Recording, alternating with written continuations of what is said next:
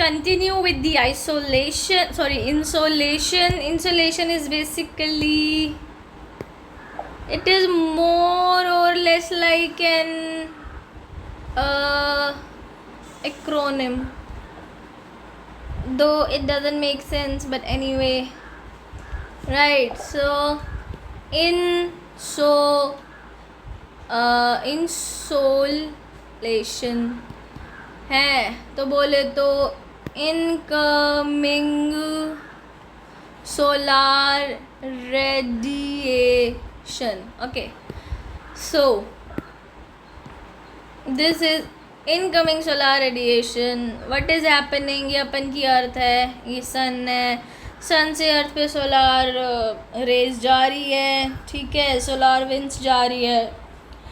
इसी को कहते हैं इंसोलेशन. तो 1 मिनट पार्टिकल रीचेस, वो only minute particle reaches to अर्थ.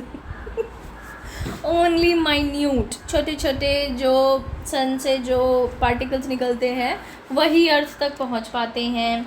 और basically 2/billion which is approximately 0 of solar energy ही सिर्फ अर्थ तक पहुंच पाती है. Almost 0%, 0.000 something of the solar energy reaches to the earth, और उतनी ही हम लोगों के लिए बहुत ज़्यादा हो जाती है. 1.92 calories per centimetre square per minute is basically it is the solar content amount of energy received by earth. सिर्फ इतना ही जो अपना सोलार का कंटेंट है, सोलार का जो अमाउंट है, वो ही अर्थ तक पहुंच पाता है. Variation occurs in solar constant because of perihelion aphelion position of the earth. Perihelion बोले तो पास, दूसरी एपीहीलियन बोले तो दूर.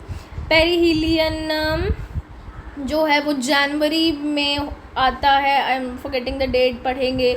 ये जो आता है ये अपना जुलाई में आता है.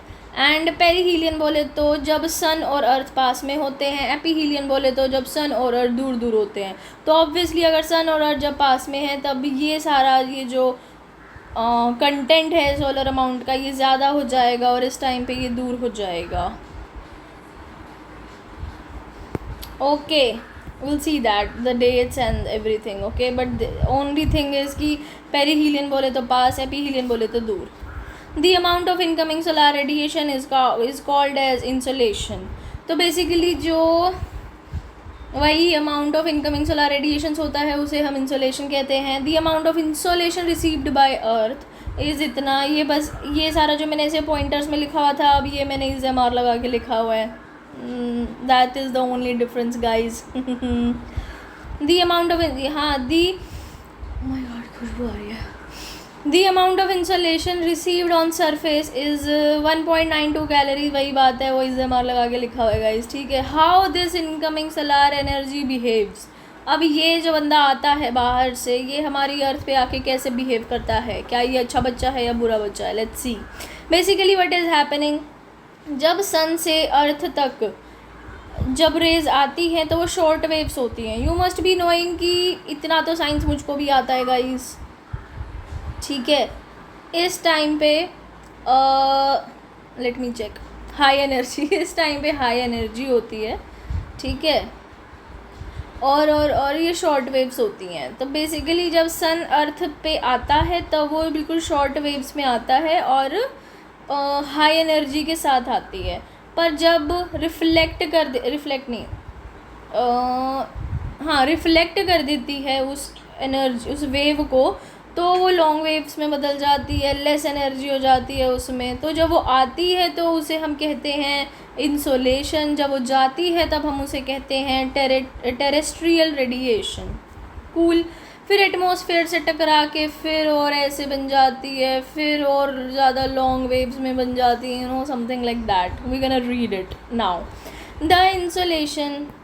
The insolation is shorter in wavelength and is absorbed by the Earth's surface and is re-emitted as long wavelength radiation called as terrestrial radiation.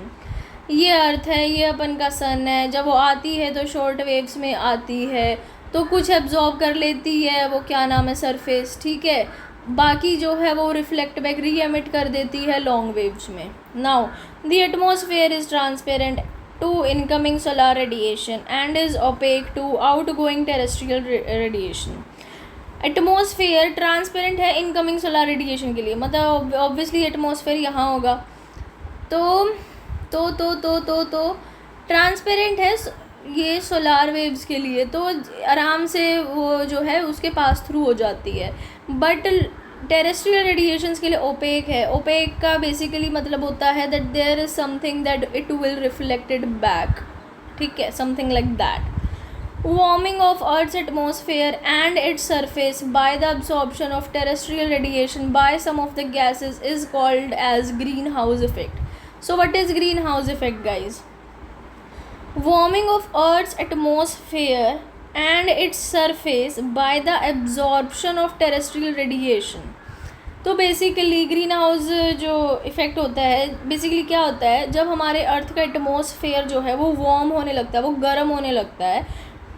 Atmosphere भी बेसिकली ये सारा और the surface of the earth by the absorption of terrestrial, इसकी वजह से अभी मतलब green house effect जब होता है जब ये एक्ट करती है.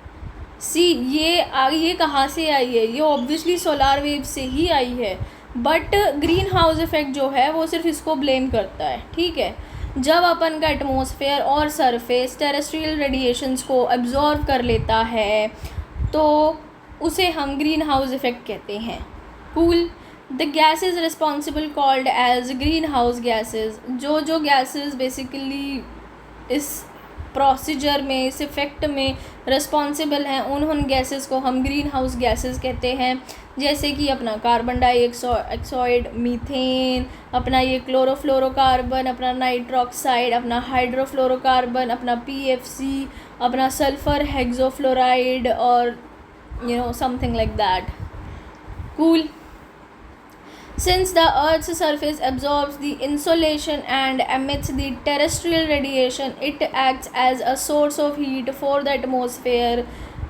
Therefore, temperature decreases with the height in atmosphere. So, what is this thing saying? दोबारा पढ़ते हैं. Since the Earth's surface absorbs the insolation and emits the terrestrial radiation, it acts as a source of heat for the atmosphere.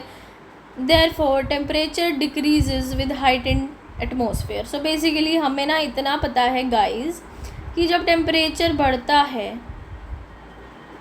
अच्छा हाँ, तो we know ना कि जब temperature बढ़ता है, जब हाइट बढ़ता है तो टेम्परेचर बढ़ता है ना, नहीं घटता है, सॉरी.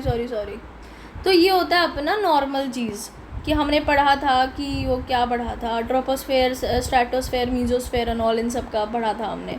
तो हमने ये पढ़ा था कि जब हाइट बढ़ती है तो टेम्परेचर घटता है. बट इन टेरेस्ट्रियल रेडिएशंस की वजह से व्हाट इज़ हैपनिंग कि ये जो टेरेस्ट्रियल रेडिएशंस है ये बिल्कुल सोर्स ऑफ हीट की तरह काम करती हैं. किसके लिए? एटमॉस्फेयर के लिए. Therefore temperature decreases with height in atmosphere. Okay, so ये क्यों होता है ये इसमें बताया है. जो हाइट के बढ़ने से जो टेम्परेचर भी बढ़ेगा वो अलग चीज़ होती है, and we gonna read that. इसे हम टेम्परेचर इन्वर्जन कहते हैं. तो temperature inversion we gonna read it later, but अभी हम इसकी बात कर रहे हैं. So what is it saying कि टेरेस्ट्रियल रेडिएशन जो है वो एब्जॉर्ब हो जाती है अपने एटमॉस्फेयर में और द सरफेस ऑफ अर्थ में. तो ये बिल्कुल सोर्स ऑफ हीट की तरह काम करता है. तो जो नीचे होता है वो ज़्यादा टेम्परेचर रहता है और ऊपर है धीरे कम होने लगता है. तो वो इसीलिए होता है क्योंकि ये जो चीज़ है ना ये सोर्स ऑफ हीट की तरह काम करती है. ठीक है. So therefore temperature decreases with height in atmosphere. Paper में आ जाए ऐसा क्यों होता है तो वो इसकी वजह से होता है. ठीक है. This rate of decrease of temperature is called normal lapse rate. Basically ये जो डिक्रीज़ होता है इसे हम नॉर्मल लैप्स रेट कहते हैं. हर 6.5 डिग्री सेल्सियस पर kilometre. Basically what is happening, her kilometre में लेट्स से यहाँ से 1 किलोमीटर ऊपर गए तो 6.5 डिग्री सेल्सियस कम हो गया, फिर और ऊपर गए फिर और 6.5 डिग्री सेल्सियस कम हो गया, और ऊपर गए तो 6.5 डिग्री सेल्सियस कम हो गया. तो some like that. Okay. Heat transfer. अब जो ये हीट जो आई है सोलार वेव्स से, तो ये ट्रांसफ़र कैसे हो रही है? ठीक है। और इसके अब 4 तरीके हैं: radiation, conduction, convection, advection. So basically what is happening ना, पहले यहाँ देखते हैं। It involves the transfer of heat in the form of radiant energy, insolation in form of electromagnetic radiation. Heat जो ट्रांसफ़र हो रही है वो एक तरह से रेडिएंट एनर्जी में ट्रांसफ़र हो रही है। Basically there is no touch और समथिंग। बेसिक कन्वेक्शन में we can read that there is this touch होने के बाद हीट ट्रांसफ़र होती है, ठीक है। और अपना कंडक्शन में क्या होता है, heat through molecular activity at the zone of contact.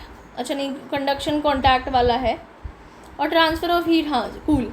तो बेसिकली अब हमने पढ़ लिया, अब हम इसको अच्छे से बताएंगे। कूल, ये जो होता है ये टच से ट्रांसफ़र होता है अपना कंडक्शन, ठीक है। कन्वेक्शन जो है ये ऊपर की तरफ ट्रांसफ़र होता है, ठीक है, इन अ वर्टिकल डायरेक्शन। एडवेक्शन जो है वो मतलब पैरेलली ट्रांसफ़र होता है, और यू कैन से कि हॉरिजॉन्टल मूवमेंट होते हैं इसमें बेसिकली, ठीक है। तो और जो रेडिएशन है वो रेडिएंट एनर्जी से ट्रांसफ़र हो रहा है। सो लेट्स सी दैट ये क्या है। ये यहाँ आग जल रही है गाइस, यहाँ पे एक ये कंटेनर है और फिर यहाँ पे उसमें पानी रखा हुआ है। तो basically heat is being released as a radiation. See यहाँ वो जो भी वो होता है, क्या कहते हैं उसको, अरे यार, स्टोव। हाँ, तो स्टोव यहाँ पे है, राइट। और स्टोव के बीच में और लाइक उसके बीच में, कंटेनर के बीच में देयर इज़ दिस डिफरेंस। तो ये जो हीट इस तक पहुँच रही है, ये रेडिएंट एनर्जी बेसिकली फायर की उसमें पहुँच रही है। We can't like, fire is something that we can't touch, right? Fire is something which is not a metal or whatever, right? Fire is the energy. So heat is being released as radiation, okay, ठीक है। Conduction, transfer of heat. अब यहाँ पे पहले ये container गर्म हुआ है, दूसरा कलर ले लेते हैं। यहाँ पे पहले ये कंटेनर गर्म हुआ है, इस कंटेनर के अंदर जो पानी है फिर वो टच से उस पानी तक ट्रांसफ़र हुआ है, और फिर upward of movement of water. ये जो अब हीट पहले जो ऊपर रिलीज़ हुई है इसे हम कहते हैं convection. The water moving in horizontal, और जो हॉरिजॉन्टल मूवमेंट कर रहा है वाटर उसे हम कहेंगे advection. That's all you need to remember. Cool. Advection horizontal, conduction touch, और कन्वेक्शन वर्टिकल, और अपना ये जो रेडिएशन है ये रेडिएंट एनर्जी। क्यों खामखा पचड़ों में घुसना। Now factors affecting insolation. अब फैक्टर्स अफेक्टिंग क्या क्या इस इंसोलेशन को अफेक्ट कर देते हैं, ये मैंने पहले ऐसे लिख रखे हैं और फिर मैंने शायद इनको अच्छे से भी लिखा होगा। ओके, नहीं लिखा हुआ है, फाइन, व्हाटएवर, ठीक है। Factors affecting insolation. इंसोलेशन भाई एक तो लैटिट्यूड ऑफ प्लेस, ऑब्वियसली, ठीक है। एज अपन की अर्थ है, अर्थ जो है वो उसमें लैटिट्यूड्स बने हुए हैं, ठीक है। अब बेसिकली क्या है, यहाँ सन की पोजीशन पे डिपेंड करता है, या फिर हाँ सन की पोजीशन पे डिपेंड करता है। ये अपन का सन है, ठीक है। सन जो है वो सबसे ज़्यादा जो हीट देगी वो यहाँ देगी, ठीक है। फिर यहाँ जो होगी वो हीट कम होती जाएगी, और पोलार्स पे तो हमें पता ही है क्या हाल हो रखा है, ठीक है। So something like that. तो basically 0 degree at equator. Basically equator पे क्या होता है, जो अपन की सनरेज हैं वो बिल्कुल वर्टिकल पड़ती हैं। So basically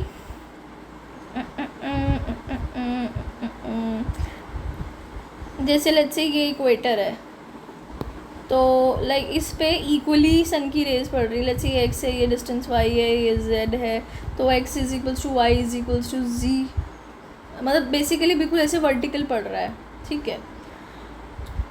60 degree of latitude, let's say यहाँ पे होगा कहीं 60 डिग्री। तो यू कैन सी ना कि जो ऐसे इस तरह से पड़ रही हैं।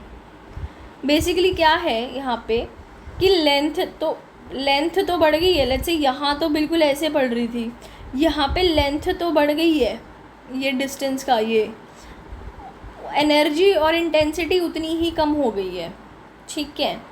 तो यू कैन सी कि एक्स डैश, बेसिकली ये X dash is greater than X, basically ये जो अपना इक्वेटर वाला है।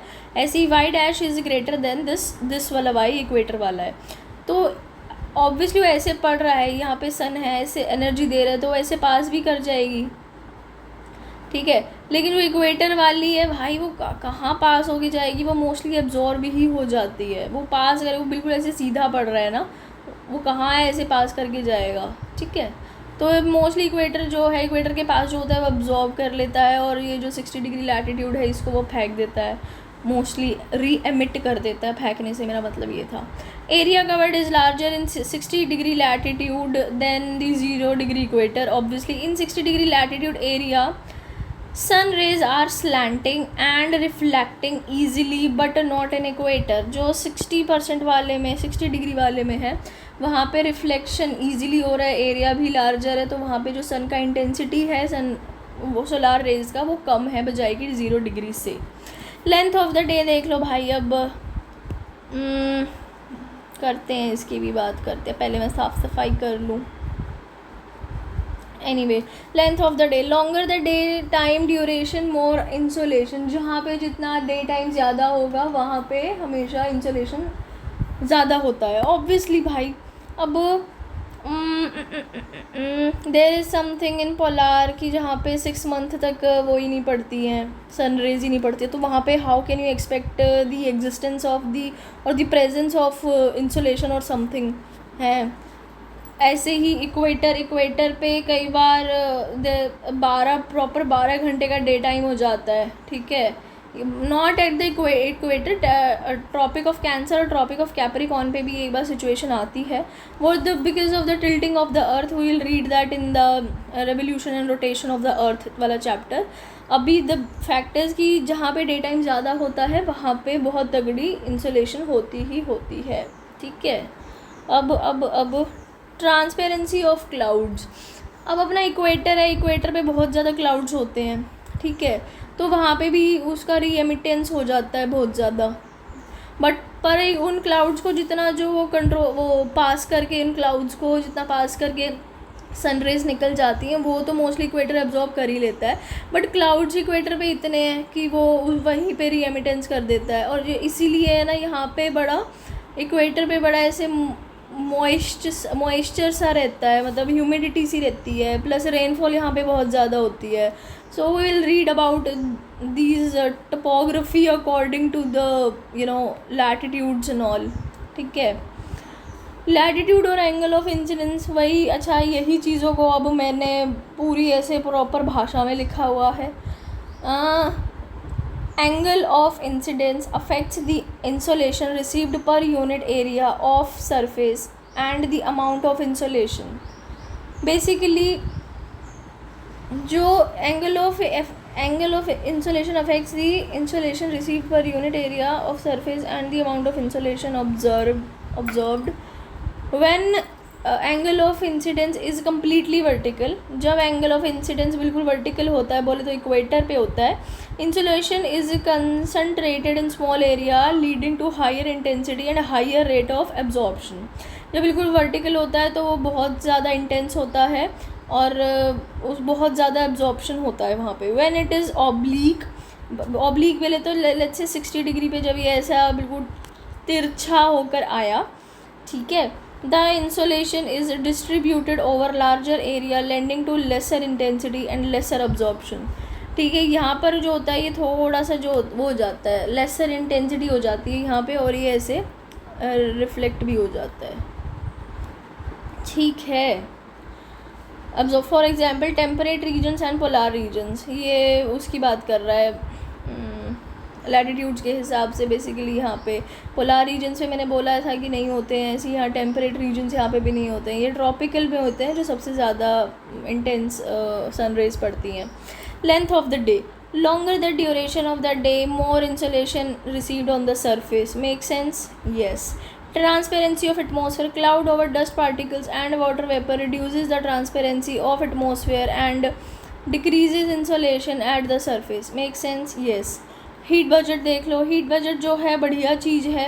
It is more like calculation, जो मतलब पूरा समझने के बाद हमें लास्ट में कुछ ही वैल्यूज़ याद रखने होते हैं, पर पूरा समझ लेते हैं, कई बार पेपर में याद नहीं रहती तो पूरा फ्लो चार्ट बना के याद करना पड़ता है उस एक नंबर के लिए बस। Yes guys, it happens,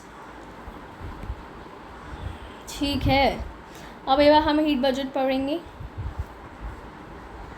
heat budget. Basically what is happening,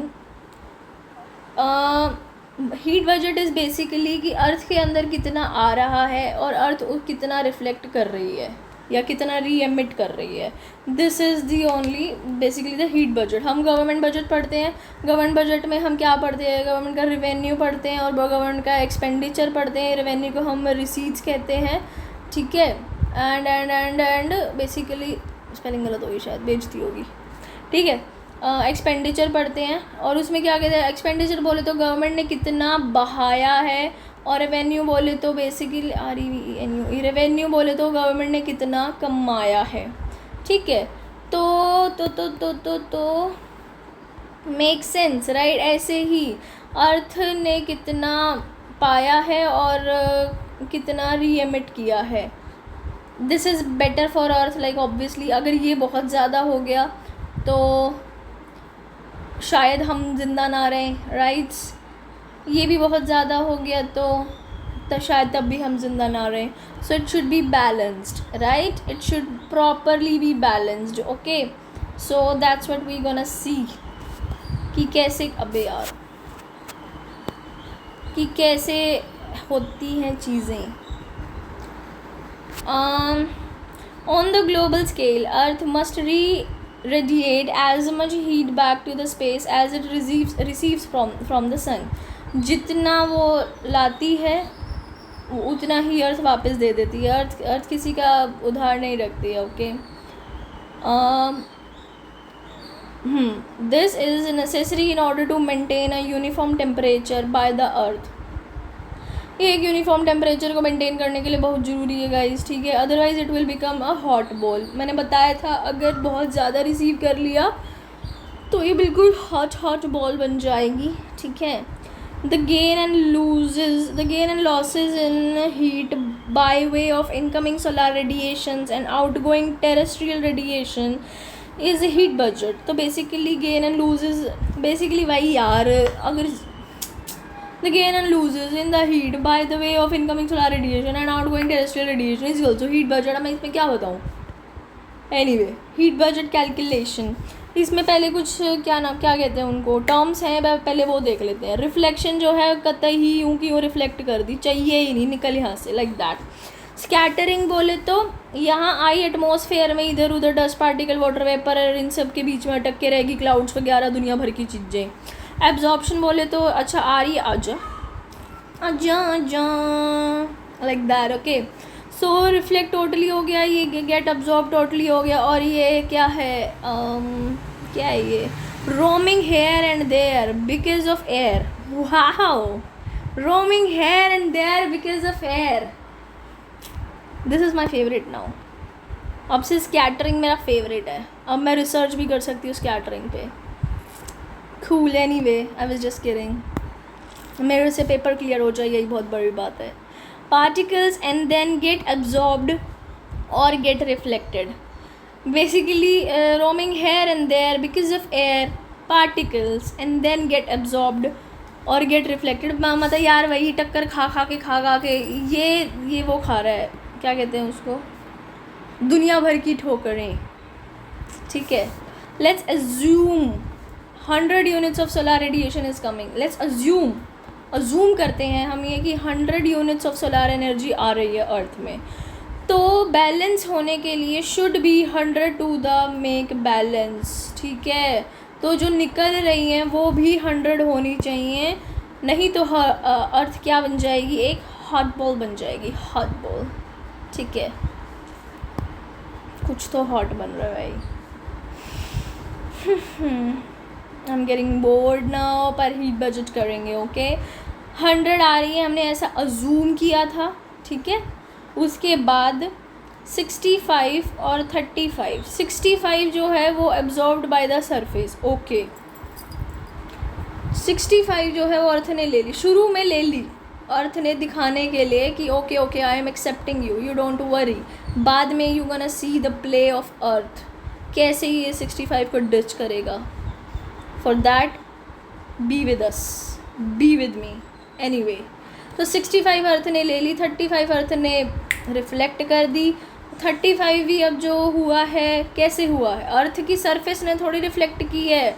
अर्थ, जब मैं अर्थ की बात करती हूँ तो सिर्फ वहाँ पे अर्थ का सरफेस नहीं है गाइस, वो अर्थ है, अर्थ की मोर और लाइक यू नो बंदी है ऊपर विच इज़ एटमॉस्फेयर, ठीक है। यहाँ पे और क्या है अर्थ का, फिर वो उसमें क्लाउड्स हैं, ठीक है, ठीक है, अर्थ के भाई लोग क्लाउड्स हैं, और फिर थोड़ा सा अर्थ का सरफेस भी है। अब वो खुद भी कुछ काम करेगा, ऐसी बात नहीं है, ओके। एनीवे, सो जो क्लाउड्स हैं, जो अर्थ के भाई लोग हैं, उसने 27 जो है वो रिफ्लेक्ट बैक किया है अर्थ की, अर्थ रिफ्लेक्टेड बाय अर्थ सरफेस 2% और या what ever the 2 unit, okay, 2 unit जो है वो अर्थ के सरफेस ने रिफ्लेक्ट बैक किया है। और 6 ये जो यहाँ पे वाटर वेपर एटमॉस्फेयर में डस्ट पार्टिकल्स, लड़कियाँ घुमाती हैं गाइस, मैं खुद लड़की, मैं बता रही हूँ, मैं घुमाती हूँ। तो जो वो 6 है वो उस बातों में घूम घूम के एटमॉस्फेयर में ही स्कैटर होके वो वहीं समाप्त हो गए हैं। सो बेसिकली इस पूरी कहानी का ये मतलब था कि जो रिफ्लेक्ट होते हैं उसमें 27 जो यूनिट हैं वो क्लाउड्स करते हैं, अर्थ के भाई लोग करते हैं, और 2 यूनिट्स हैं वो अर्थ खुद करता है, ठीक है, व्हाटएवर। और 6 जो है वो स्कैटरिंग से ही घूम घूम के ख़त्म हो जाता है। और बाकी का जो 65% है वो फ़िलहाल अर्थ ने एक्सेप्ट कर लिया है। बट लेट्स सी, क्योंकि हमने पढ़ा था अर्थ जितना लेती है उतना देती है। Oh my God, it's quid pro क्यो गाइज, क्विड प्रो क्यो। कहाँ पढ़ा था हमने, कहाँ पढ़ा था हमने पढ़ा था मनसबदारी में, ठीक है। Well we not gonna discuss it, मेरा बहुत मन कर रहा है ये डिस्कस करने का, but we can't, we not gonna do that here, we don't do that here guys, we don't do that here. Anyway, so अब जो 51 है वो तो अर्थ की सरफेस ने वो किया है एब्जॉर्ब, और जो 14 है वो अर्थ के एटमॉस्फेयर ने एब्जॉर्ब किया है, ठीक है। तो अब जो 51 है, अब ऐसा नहीं है यार, अर्थ ऑब्वियसली अपनी बंदी को भी देगा ना कुछ। तो जो उसने रिसीव किया था 65 में से 14 उसने अपनी बंदी को दे दिया है, ठीक है, बाकी का 51 उसने खुद रख लिया है। व्हाट अ सेल्फिश गाय, बंदी को ज़्यादा देना चाहिए था। Anyway, 51 absorb by earth surface, okay. उसके बाद व्हाट हैपेंड, जो 17 है वो released by earth surface to space. Earth भी तो एनर्जी रिलीज़ करती है कि नहीं करती है। तो जो 17 है वो released by earth surface to space हो गया है, ठीक है। बाकी का 34% जो है गाइस, वो 34% जो है ट्रांसफ़र टू एटमॉस्फेयर, बैलेंस बनाने के लिए, क्योंकि बंदी को कम मिला था पहले, यू कैन सी दैट। अब वो बैलेंस बनाने के लिए अर्थ ने अपने में से, अपनी थाली में से अपनी बंदी को दे दिया है। What a lovely guy, transfer to the atmosphere, okay. तो अपन का ये जो है 14 + 34, ये जो बंदी को दिया है 14 + 34 48, ये बेसिकली स्पेस में या फिर अपने अर्थ ने क्या दिया, अपनी बंदी को दिया है, राइट। और 35 + दिस 48 और वो 17 जो ये था, ये 100 हो गया, विच इज़ रिलीज़ हो गया है गाइस। तो हमें कुछ समझ नहीं आया है, आई नो। अब बंदी क्लाउड भाई लोग इतने हो गए थे, अब हम बिल्कुल सीरियस होके पढ़ेंगे, ठीक है। सीरियस होके हम खुद से बनाए, हम इस तरह देखेंगे ही नहीं, हमें चाहिए ही नहीं है। बेसिकली 100 थी, 100 यूनिट हमने अजूम करके चली थी, ठीक है। उसमें से 65 जो है वो एब्जॉर्ब कर लिया था, क्योंकि हमने पढ़ा था कि अर्थ पहले बुद्धू बनाता है, ठीक है। और जो बाकी के 35% है वो अर्थ ने रिफ्लेक्ट कर दी थी, रिफ्लेक्ट्स। अर्थ के पास उसके भाई लोग हैं, वो खुद भी थोड़ा काम करता है और उसकी बंदी भी बातों में घुमाती है। 27 जो यूनिट थी वो भाई लोग ने रिफ्लेक्ट किया था, 2% खुद अर्थ ने रिफ्लेक्ट किया था, बाकी का 6 जो है वो उसकी बंदी ने रिफ्लेक्ट कर दिया था स्कैटरिंग में। तो बेसिकली ये स्कैटरिंग होता है, ये अर्थ का सरफेस है, ये उसके भाई लोग हैं, विच इज़ क्लाउड्स, ठीक है ना। अब एब्जॉर्ब भी जो किया है, अब उसमें से भी उसने कुछ अपनी बंदी को दिया है guys.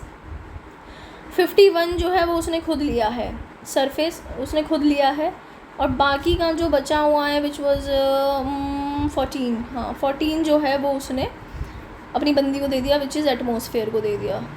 Okay okay okay okay.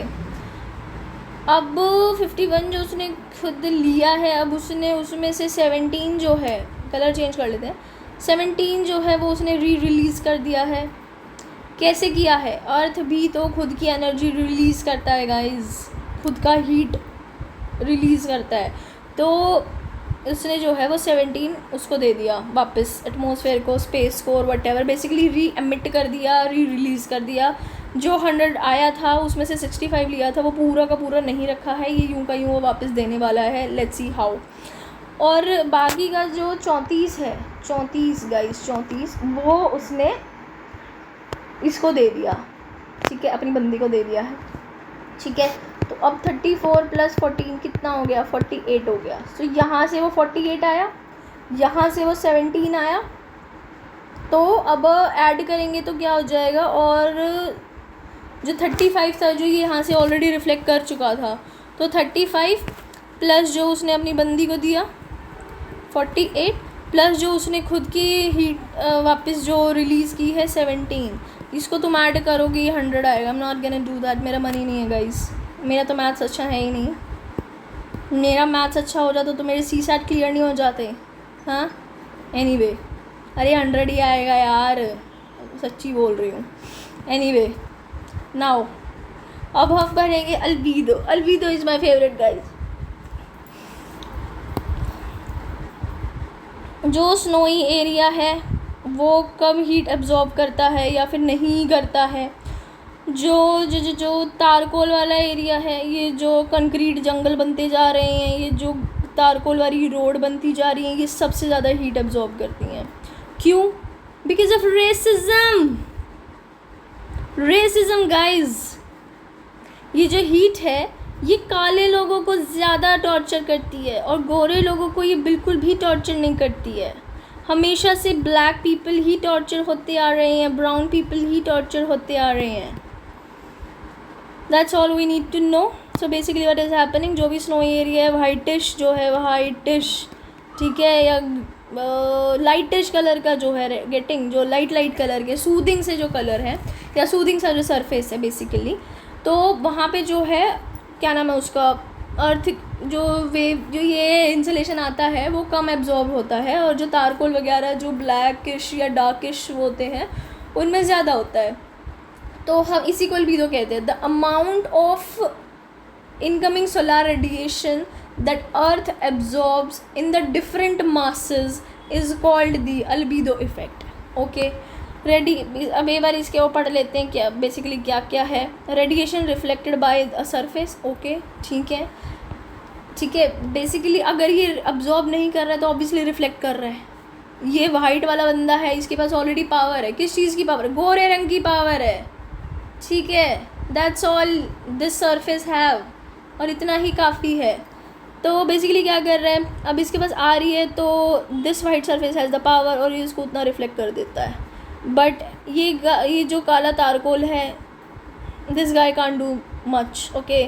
तो ये इसके बाद जितना आ रहा है ये बेचारा उतना ही वो कर लेता है, एब्जॉर्ब कर लेता है, वो सह लेता है। क्यों?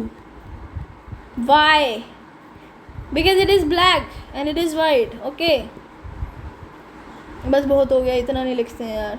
एनीवे, अल्बीडो है ratio between incoming and reflected amount of solar region by the earth as a whole, okay. It include surface as well as atmosphere, okay, ठीक है। It is also called as reflection coefficient, okay.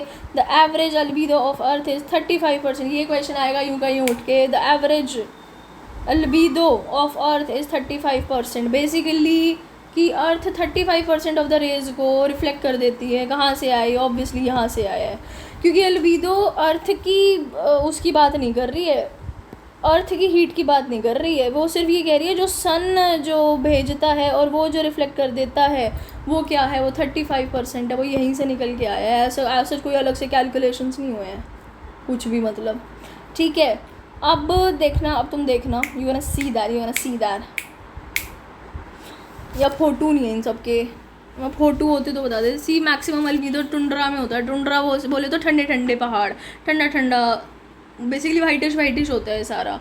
ठीक है, और ये taiga है। Taiga is a boreal ecosystem, ये भी थोड़ा सा अच्छा होता है। Tropical deciduous forest and then tropical evergreen में थोड़ा कम अल्बीडो होता है। ठीक है, हाय राम। नाउ अब इसमें से हम ये बस कुछ याद करने लायक चीज़ें, अगर हम पता है हमें इनका सरफेस अगर पता होगा ना अगर हमें, तो हमें चीज़ें नहीं याद हो जाएंगी। फ्रेश आसफल्ट क्या होता है जिससे रोड बनता है, तो ये ऑब्वियसली एक बहुत कम एब्जॉर्ब कर पाएगा, which is just 0.04, which is too less. ये बहुत कम रिफ्लेक्ट कर पा रहा है, सॉरी द बेसिकली ये बहुत कम रिफ्लेक्ट करता है, ये सह लेता है। तो इसीलिए ये जो सारे नंबर लिखे हैं ये रिफ्लेक्शन के उससे लिखे हैं। ठीक है, ओपन ओशन जो है वो 0.06 कर पाता है, वॉर्न आसफल्ट जो है वो 0.12 कर पाता है, and this and that. Okay, order of reflects the least, basically something like that. Okay, जो फ्रेश स्नो है वो 0.8 और 0.90 रिफ्लेक्ट कर देती है। ठीक है, ये जो है ओशन आइस जो है 0.5 से 0. न्यू कंक्रीट जो है वो 0.55 तक ही रिफ्लेक्ट कर पाता है। सैंड डेजर्ट जो है वो 0.4 तक कर पाता है। ग्रीन ग्रास जो है 0.25 तक। बेयर सॉइल जो है 0.17। ये पता है बेसिकली याद रखने पड़ेंगे, बिल्कुल याद रखने पड़ेंगे ये। ठीक है, और हम याद रखेंगे, बट हम इतना याद रख सकते हैं कि जो स्नोई रीजन्स होते हैं वो ठंडे होते हैं। अब तुमने देखा नहीं है क्या यार, जो वाइट पानी की टंकी होती है और जो ब्लैक पानी की टंकी होती है ये बहुत ज़्यादा जल्दी गर्म हो जाती है, गर्म, पर ये कोल्ड रहती है, कूल रहती है। वाई? क्यों? क्योंकि ये ब्लैक है, ये एब्जॉर्ब कर लेती है और बहुत कम रिफ्लेक्ट करती है। ये तो तुरंत रिफ्लेक्ट कर देती है। तो यही तो अल्बीडो हम यही पढ़ रहे हैं कि कितना अमाउंट हम रिफ्लेक्ट कर देते हैं। रिफ्लेक्शन कॉफिशिएंट है ये, रिफ्लेक्शन कॉफिशिएंट। ठीक है, नाउ अब हम क्या पढ़ेंगे गाइस, अब ये बात थोड़ा सा देख लेते हैं। अर्थ अल्बीडो वैसे 35% है, बट एनीवे 30%। मून का जो है वो 7% अल्बीडो इफेक्ट है। मरकरी जो है उसका 6% अल्बीडो इफेक्ट है। मार्स का जो है वो 16% अल्बीडो इफेक्ट है। वीनस का भाई ओ माय गुडनेस सबसे ज़्यादा है, 76% अल्बीडो इफेक्ट है। जो रिमेनिंग के प्लैनेट्स है उसका 73 से 94% अल्बीडो इफेक्ट है। मतलब टेरेस्ट्रियल में अगर हम देखें, टेरेस्ट्रियल जो प्लैनेट्स हैं उसमें सबसे ज़्यादा वीनस का है। Venus can reflect more sunrays than Mercury. क्यों? क्योंकि वीनस जो है वो लाइट इन कलर है। वीनस जो है वो गोरा गोरा चिट्टा चिट्टा है, इसीलिए वो ज़्यादा वो कर लेता है, ज़्यादा रिफ्लेक्ट कर देता है। That's all right. अब position of the earth related to the sun changes, more solar radiation is reflected. अभी क्या पढ़ रहे हैं अब हम? ये कुछ नहीं है गाइज, ये बस मैंने अब चीज़ों को समझने के लिए लिखा था। तो ये थे मेरे नोट्स, इसमें से हमने सारा पढ़ लिया। अब हम एक बार क्या करते हैं, हम एक बार जाके वे वी गोना गो टेलीग्राम पे जाके हम PDF ढूंढेंगे। Yes we gonna do that, क्योंकि मैंने डाउनलोड करके नहीं रखी हुई है। I have also send all the videos and all this and that. Okay, तो सभी भेज रहे हैं वीडियोज़, क्या करें गाइस? डाउनलोड होने वाली है। ये थी तो यार, ऐसे कैसे हो सकता है? इसी में से तो पढ़ा रही हूँ मैं सारा। एनीवे, अब अपन पढ़ेंगे solar radiation, heat balance and temperature. Okay, composition and structure of atmosphere, ये पढ़ लिया था हमने यार शायद, I don't know, let's see. Okay, 76 page, 76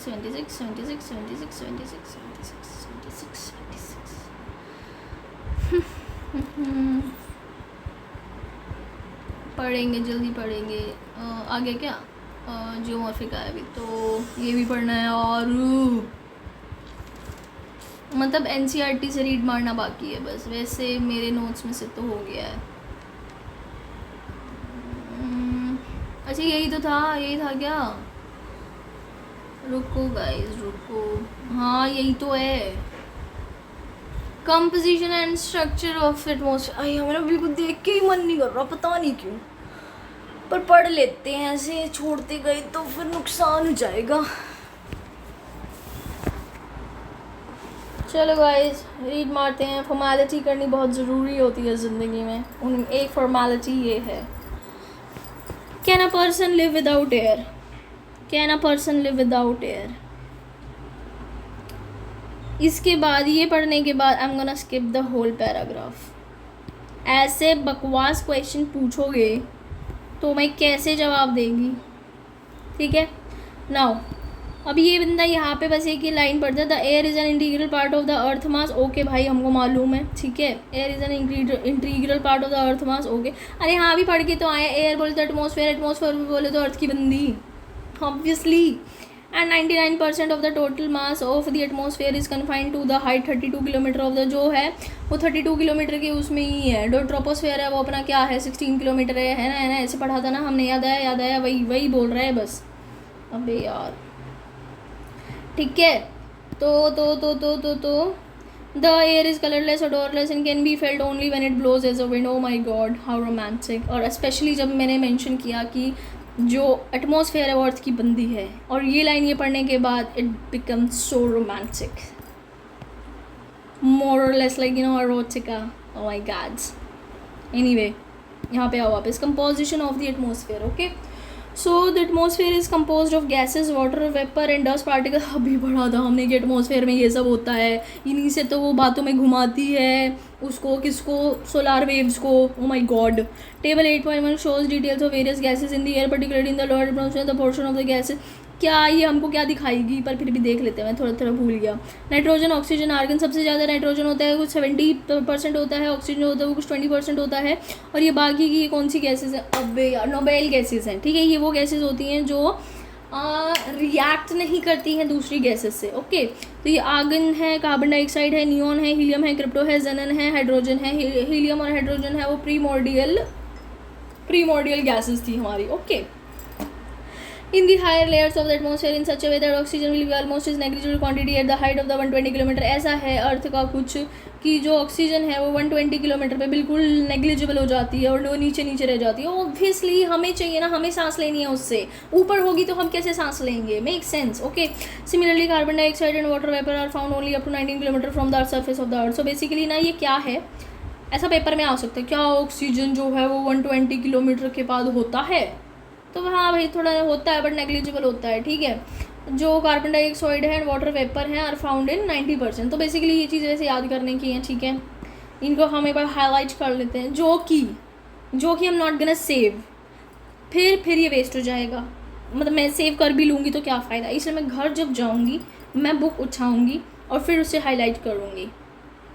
I am not gonna do that. Anyway gases, carbon dioxide is meteorologically a very important gas as it is transparent to the incoming solar radiation but opaque to the outgoing terrestrial। oh guys remember जो हमने पढ़ा था कि जो अपना atmosphere है जो उसकी बंदी अर्थ की, वो सोलार वेव्स के लिए तो जब भी वो पास कर देती तब तो यहाँ पे बड़ी ट्रांसपेरेंट, बड़ी लिबरल होती है हैं। और जैसे ही अर्थ जब उसको कुछ भेजता है तो वो एकदम से कंजर्वेटिव बंदी बन जाती है, वो बहुत ही ऐसे चिक करने वाली बंदी बन जाती है, ठीक है। और वो उसको बाहर नहीं जाने देती है, ओके। तो दूर के ढोल सबको अच्छे लगते हैं, अगर सन ने कुछ भेजा है तो she so liberal, oh my God so open minded you know. और जैसे ही अर्थ कुछ भेजता है इसका दिमाग ही बंद हो जाता है, इतना बंद हो जाता है कि इसको वापस भेज देती है, something like that. Anyway so basically ये जो है ये किससे इन्फ्लुएंस्ड है, ये बंदी अपनी बेस्ट फ्रेंड कार्बन डाइऑक्साइड से अफेक्टेड है, से इन्फ्लुएंस्ड है। ओके ये इसको समझाती है कि बंदे को काबू में रखना चाहिए, that's what she is doing. Anyway cool guys, cool, ठीक है। It is a transparent to the incoming solar radiations but opaque to the outgoing terrestrial radiations. It absorbs a part of terrestrial radiation and reflects back some part of it towards the earth surface. Okay it is largely responsible for the green house effect. यही है जड़ green house effect की, basically carbon dioxide है, ठीक है। Anyway the volume of the other gases is constant but the volume of carbon dioxide has been rising in the past of few decades mainly because of the burning of fossil fuels. Okay guys हमें पता है ठीक है. This has also increase the temperature of the air. Ozone is another important. But तुम इनसे पढ़ो ना, it is actually the girlfriend की बेस्ट फ्रेंड, और फिर वो जो बंदा है वो जो पिस रहा है, it is actually we can actually come up with a story, and I can write a story about the carbon dioxide, the atmosphere and the surface of the earth, and वो दूर का ढोल solar radiations. But I'm not gonna do that. हम seriously होके पढ़ेंगे, क्योंकि ज़िंदगी में बहुत पढ़ाई करनी है अभी. Anyway, ozone is the another important component of the atmosphere. कहाँ होता है ओजोन? हमने पढ़ा था स्ट्रेटोस्फेयर में होता है, इसीलिए स्ट्रेटोस्फेयर का जो टेम्परेचर है वो बढ़ा हुआ है.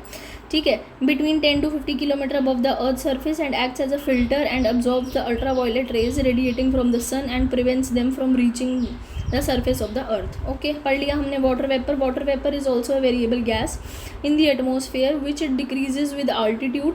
ठीक है. बेसिकली जैसे जैसे वो बढ़ता जाता है ऑल्टीट्यूड अर्थ से एटमॉस्फेयर का, वैसे वैसे वाटर वेपर घटते जाते हैं. In the warm and wet tropics it में account for 4% of the air by volume, while in the dry and cold areas, desert and polar regions it may be less than 1%. Basically tropic और temperate regions में ये ज़्यादा है. Basically यार ऐसे side में ऐसी है ना अर्थ, यहाँ पे सूरज सबसे ज़्यादा होता है, तो ऑब्वियसली सूरज जो है, सूरज की जो रेज़ है वो यहाँ पे ज़्यादा पड़ती हैं. यहाँ पे फिर वो हीटअप होता है, क्या होता है, कन्वेक्शन होता है, एंड देन फिर वो इवेपोरेशन होता है, राइट. तो ऑब्वियसली वाटर वेपर यहाँ पे ज़्यादा होंगे. यहाँ तक तो सन रेज़ ही नहीं पहुँच. मैं गुस्सा क्यों हो रही हूँ? क्योंकि मुझे पढ़ना नहीं है. एनीवे, तो यहाँ पे जो है, यहाँ पे वो पोलर रीजन्स में भाई सन ही नहीं पहुँच पाता है, सन रेज़ ही नहीं पहुँच पाती हैं, तो यहाँ पे वाटर वेपर क्यों होंगे? Water vapour also decreases from the equator towards the poles. Obviously हाँ, मतलब इक्वेटर टुवर्ड्स द पोल, यहाँ से भी घटने लग जाते हैं. And it also absorb a part of the insulation from the sun and preserves the earth radiated heat. It does act like a blanket allowing the earth neither to become too cold nor too hot. Basically earth को कौन बचाता है? ना ज़्यादा गर्म होने से, ना ज़्यादा ठंडा होने से. कौन बचाता है? बंदी बचाती है. बंदी क्यों? बंदी तो वाटर वेपर है ना. ये बहुत गंदा होता जा रहा है. अब मैं ये सब नहीं बोलूँगी. मैं बहुत ही शरीफ घर से हूँ guys.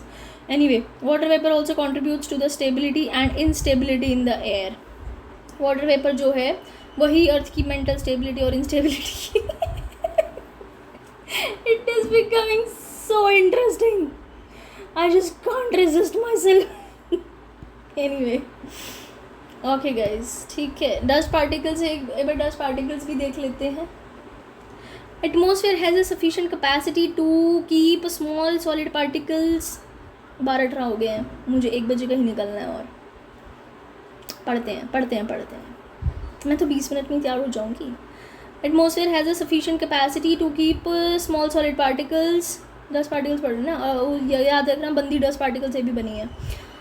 Which may originate from different sources include sea salts, fine soil, smoke suits, ash, pollen, dust, disintegrated particles of meteors. Dust particles are generally concentrated in the lower layer of the atmosphere, yet convectional air currents may transport them to great heights. Okay, the higher concentration of dust particle is found in subtropical and temperate regions due to dry winds in comparison to the equator and the polar regions. Dust and salt particle act as a hygroscopic nuclei around which water vapor condense to produce clouds. Basically guys, मेरे को ना बस ऐसे दिमाग में आया जब हमने वो नेब्यूला पढ़ा था. नेब्यूला हमने क्या पढ़ा था कि अरे एक ऐसे नेब्यूला है, उसके आसपास ऐसे क्लाउड्स हैं, डस्ट पार्टिकल्स हैं. समटाइम्स आई फील क्या अब जो ये अर्थ है इसके आसपास ये जो डस्ट पार्टिकल्स हैं ये भी आगे जाके कुछ इवॉल्व होके कुछ ना कुछ बन जाएंगे. बिकॉज रिवॉल्व और रोटेट तो अर्थ भी हो रही है और ये भी उसके साथ साथ हो रहे हैं, तो ये भी पक्का कुछ ना कुछ होते. पहले डिस्क बनेगा, फिर कुछ करेगा, अर्थ के पास भी रिंग्स हो जाएंगी गाइज. ये भी engage. O my God.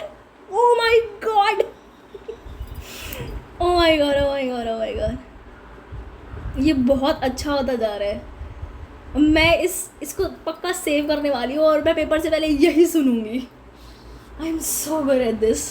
Anyway, atmosphere has a sufficient capacity to keep solid particles which में ओरिजिनेट, बेसिकली क्या हो रहा है ना, ये बता रहे हैं कि डस्ट पार्टिकल कहाँ कहाँ से निकलते हैं। अब कहाँ से निकलते हैं, स्मोक सूट से निकलते हैं, ऐश बेसिकली वोल्केनो से निकलते हैं, ठीक है।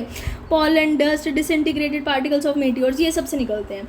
और अब ये कह रहे हैं कि जो डस्ट पार्टिकल्स हैं ये अर्थ के बहुत क्लोज रहते हैं, ठीक है, ऑब्वियसली क्योंकि बनती है, एनीवे ये अर्थ के बहुत क्लोज रहती है।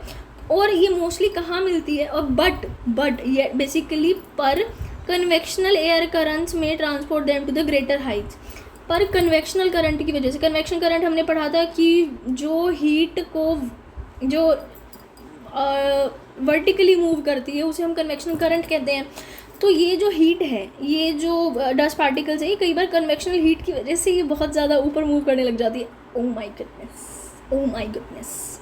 Anyway, the higher concentration of dust particles is found in subtropical and temperate regions. Basically ना, अब देखो ये अर्थ है, ये है ट्रॉपिकल, ये है सब ट्रॉपिकल रीजन्स, मैंने ये ट्रॉपिकल है, ये सब ट्रॉपिकल रीजन्स है, ये फिर टेम्परेट रीजन्स हैं, और फिर ये पोलार रीजन्स हैं। तो ये कह रहे हैं कि मोस्टली जो डस्ट पार्टिकल्स हैं वो इस एरिया में मिलते हैं, ट्रॉपिकल एंड सब ट्रॉपिकल में, ठीक है। Due to the dry winds in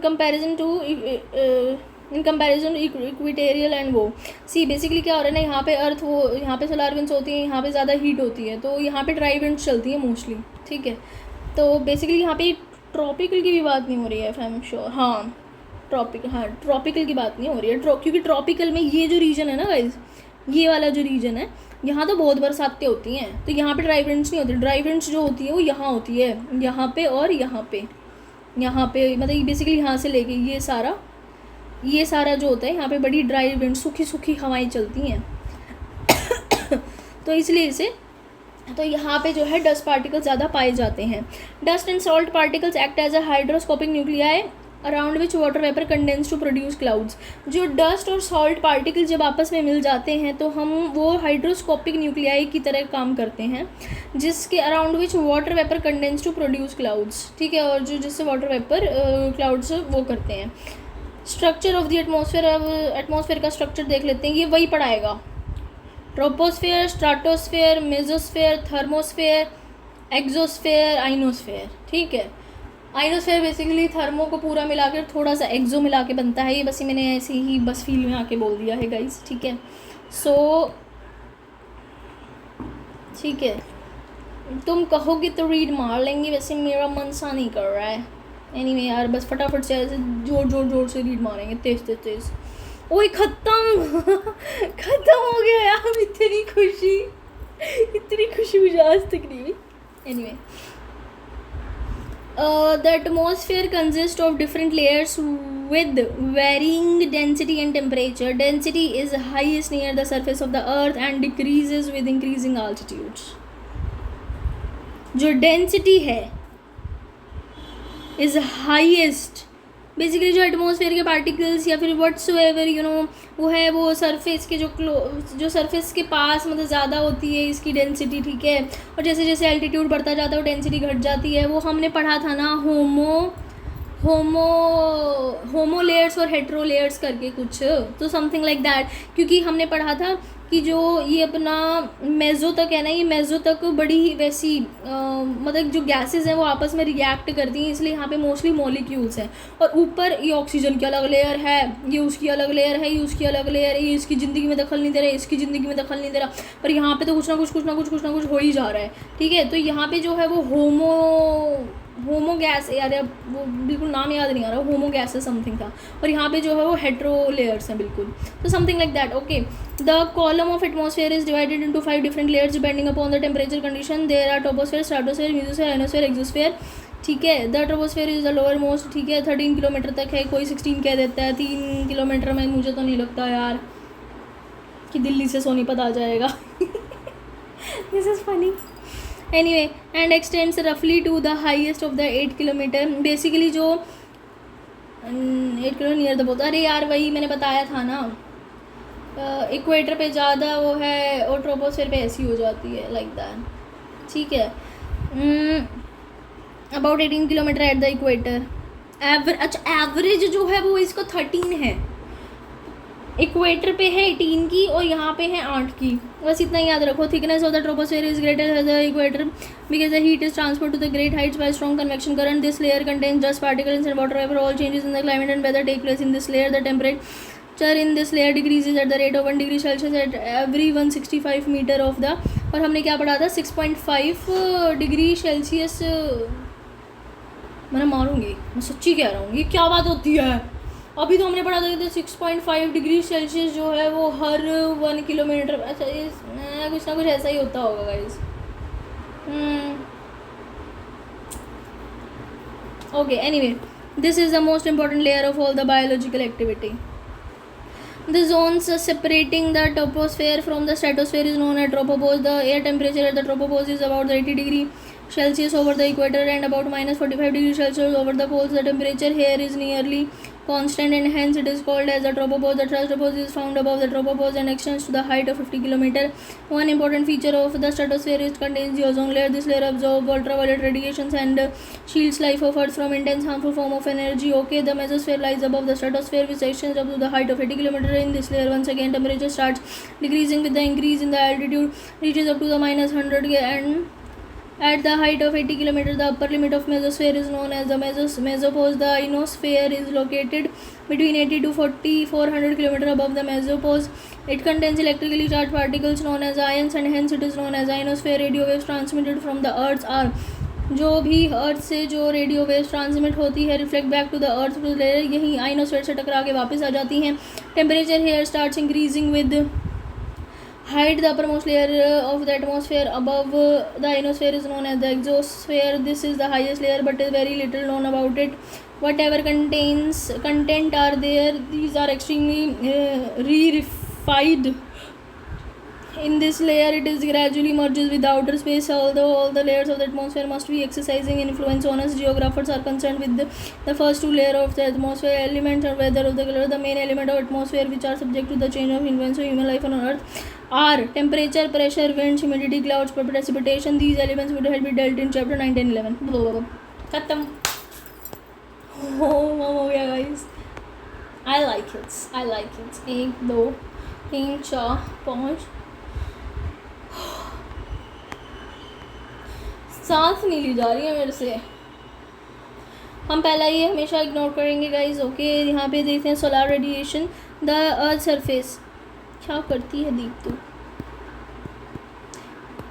the earth surface receive most of its energy in short wavelength हमने पढ़ा था. The energy receive by earth is known as the incoming solar radiation हमने पढ़ा था which is short as insolation. As the earth is geoid resembling as a sphere. जो earth है वो geoid के है, ठीक है. The sun rays fall obliquely at the top of the atmosphere and earth intercept a very small portion of the sun energy. On an average receives 1.94 calories per centimeter square per minute at the top of its atmosphere. हमें अभी पढ़ के आए थे. The solar output receives at the top of the atmosphere varies slightly in a year due to variations of the distance between the earth and during this revolution around the sun. The earth is the farthest from the sun, ठीक है. हाँ, farthest होती है 4 जुलाई को. मैंने सही कहा था. Oh my God, my dates were right, ठीक है. This position of the earth is called aphelion. जब दूर होता है on the 3rd January the earth is nearest to the sun. This is position known as perihelion. Therefore, the annual insolation received by Earth on the 3rd January is slightly more than the amount of the 4th of July. However, the effect of this variation in the solar output is masked by the other factors like distribution of land and sea and atmospheric circulation. Hence, this variation of solar output does not have great effect on daily weather changes on the surface of the Earth. Okay. ये क्या पढ़ा है यहाँ पे यार. कुछ अच्छा पढ़ लेते हैं ना, रुकना पड़ जाता है. However, the effect of this variation of the solar wind is masked by other factors like distribution of land. अरे हाँ यार, नॉर्थ में जैसे है वो नॉर्थ में ज़्यादा लैंड है तो नॉर्थ हेमिस्फेयर में बोले तो वहाँ पे ज़्यादा एब्जॉर्प्शन होता है. साउथ हेमिस्फेयर में इतना नहीं होता है, सदर्न हेमिस्फेयर में इतना नहीं होता है, ठीक है. हाँ, बस यही बोला है. क्यों रुकी ही क्यों मैं ऐसे स्टूपिड चीज़ के लिए. Variability of insolation at the surface of the earth. The amount and the intensity of the insolation vary during a day in the season in a year. The factors of the cause of variation are basically rotation of earth and its axis. वही वाला attitude वाला thing, rotate कैसे कर रहा है, this and that. The length of the day वो मैंने बताया था, ठीक है। The transparency of the atmosphere मैंने बताया था, जहाँ पे ज़्यादा क्लाउड्स और वाटर वेपर्स होंगे वहाँ पे वो बंदी घुमाएगी, स्कैटर करेगी चीज़ों को, जहाँ पे कम होंगे वहाँ पे वो चीज़ होती है। पोल्स पे जो होते हैं वो काफ़ी कम होते हैं, पर पोल्स पे तो सनराइज भी कम होती है, so you know. Anyway, the configuration of land in terms of is aspect, जो ऊपर है नदर हेमिस्फेयर में वहाँ पे ज़्यादा लैंड है तो वहाँ पे ज़्यादा इंसोलेशन एब्जॉर्ब होती है, सदर्न हेमिस्फेयर में इतनी नहीं है तो वहाँ नहीं होती हैं। The fact earth axis makes an angle of 6, अबे यार ओह आई हेट दिस थिंग। देखो गाइस, ये अर्थ है, और ये जो है ये इसका एक्सिस है।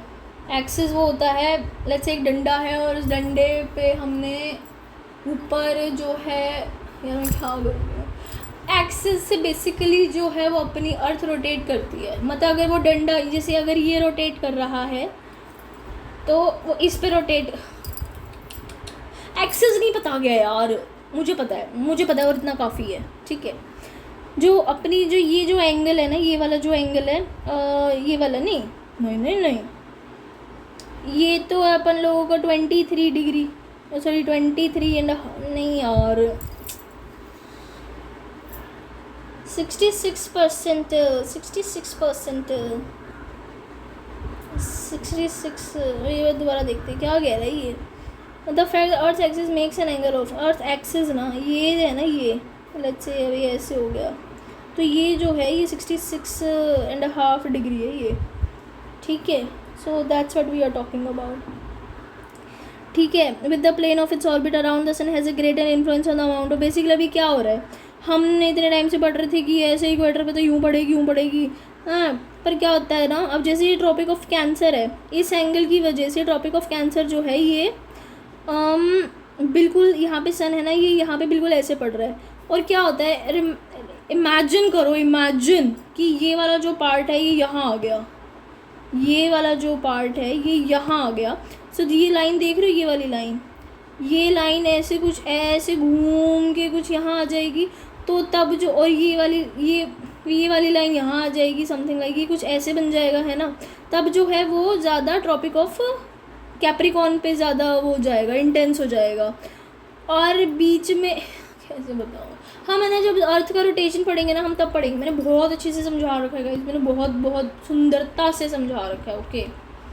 सो बेसिकली व्हाट इज़ हैपनिंग ना, और जैसे जैसे रिवॉल्व करती है, कई बार ट्रॉपिक ऑफ कैंसर है वो सन के पकड़ में आ जाता है, कई बार ट्रॉपिक ऑफ कैप्रिकॉर्न है वो सन की ग्रास्प में आ जाता है, कई बार इक्वेटर जो है, ऑटम और सीजन जब, ओह माय गॉड ये मैं क्या बोल रही हूँ, मैं इतना एक्स्ट्रा क्यों बोल रही हूँ, फिर मुझे समझाने की चिल मच जाएगी।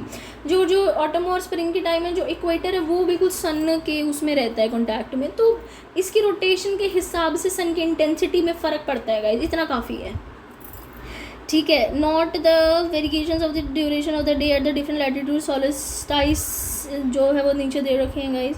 The second factor of the determines of the amount of insulation is angle of inclination, ठीक है। This depends on the, basically अब मैंने बताया था ना, यहाँ से जो है वो 90% ही होता है, वो एब्जॉर्ब भी कर लेता है मोस्टली, राइट। अब यहाँ से जो है वो ऐसे एंगल बन रहा है तो सरफेस जो है वो लार्ज हो रहा है, पर वो इतना ही जल्दी वो कर रहा है, समथिंग लाइक दैट। समझ रहे हो ना तुम, समझ जाओ ना प्लीज़, समझ जाओ, ठीक है। The higher the latitude the less the angle, जितना लैटिट्यूड हायर होगा उतना ही एंगल लेस बनेगा, किस चीज़ का, एंगल ऑफ इंक्लाइनेशन का, ठीक है। With the surface of the earth resulting in a slant sunrise, the area covered by vertical rays are less than the slant rays, the more area is covered the energy get distributed, net energy received per unit decreases more the slant rays and required to pass the greater depth in the atmosphere resulting in more absorption, scattering and diffusion. Basically यहाँ पे जो है वो ज़्यादा वो करता है, ठीक है। The passage of solar radiation through the atmosphere largely transparent to short waves, basically हमने पढ़ा था ये जो, ठीक है, जो एटमॉस्फेयर है वो सोलर रेडिएशन के लिए ट्रांसपेरेंट है, और incoming solar passes through atmosphere before striking the earth surface, within the troposphere water vapour ozone and gases absorb much of the near of the infrared variation, very small suspended particles in the troposphere scatter visible spectrum both the spaces towards the earth surface, this process adds colour to the sky. Oh okay, ये पढ़ते हैं guys. Very small suspended particles in the troposphere scatter visible spectrum both to space and towards the surface of the earth. This process adds color to the sky, the red color of the rising and setting of the sun and the blue and the blue color of the sky are result in the scattering of the light within the atmosphere. Basically जो sun rays आती हैं और जो बंदी उनको वो आती है, उनको स्कैटर करती रहती है इधर से उधर, उधर से इधर, उधर से उधर, उसी से जो है वो हमारे स्काई का कलर ब्लू रहता है. अपना सनसेट और सनराइज़ जो है वो लालिमा क्रिएट करता है, उससे जो हमारा स्काई है वो रेडिश दिखता है. बेसिकली अगर कोई ये पूछ ले कि कलर कैसे बनता है, तो स्कैटरिंग इन दी एटमॉस्फेयर से बनता है. Scattering of light within the atmosphere से बनता है. ठीक है. The insolation received at the surface varies about 320 watt per metre square in the tropics और 70. अभी क्या कह रहा है, इंसोलेशन जो इक्वेटर पे है वो इतना होता है, पोल्स पे है वो इतना एब्जॉर्ब करता है. ठीक है. Equator receives comparatively less isolation than the tropics. Generally at the small latitude insolation is more at the. हाँ ये पढ़ रखा है यार. Heating and cooling of the atmosphere, ये हीट बजट की बात हो रही है गाइस. Hello Moto.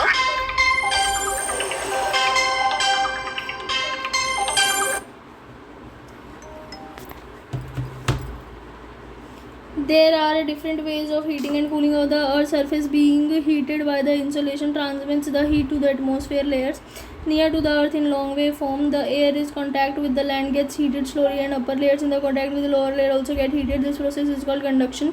Conduction हमने बोला था, जो टच से बेसिकली जो हीट जो है वो ट्रांसफ़र होती है उसे हम कंडक्शन कहते हैं. ठीक है. कॉन्टैक्ट. ठीक है. Conduction takes place with two bodies of unequal temperature are in contact with one another. There is a flow of energy from the warmer to cooler body. Warm से cool body में जो है और जब वो contact में आती हैं, जो ट्रांसफ़र ऑफ हीट होता है, the transfer of heat continues until both the bodies attain the same temperature और द कॉन्टैक्ट इज ब्रोकन.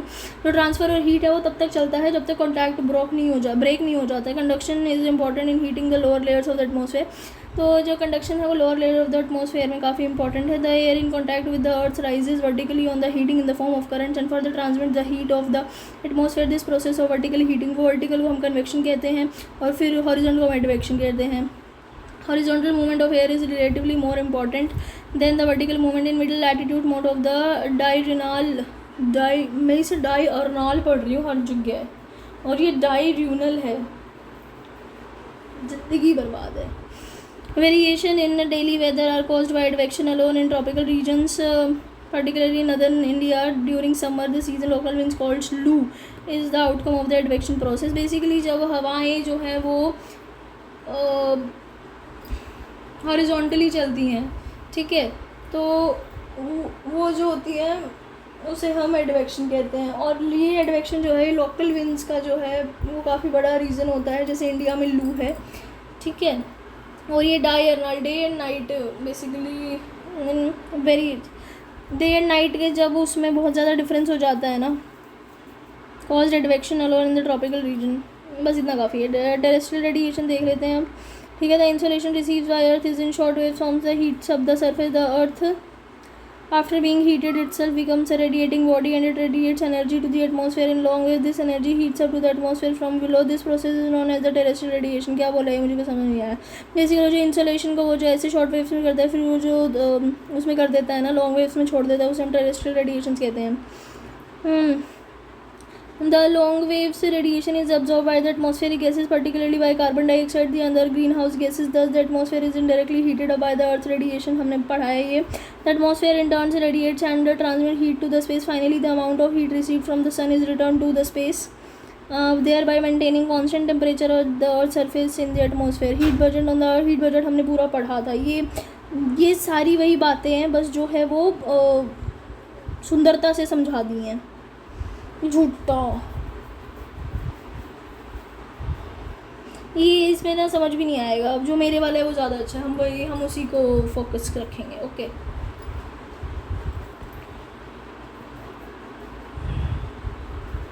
या तो ये हम हो गया.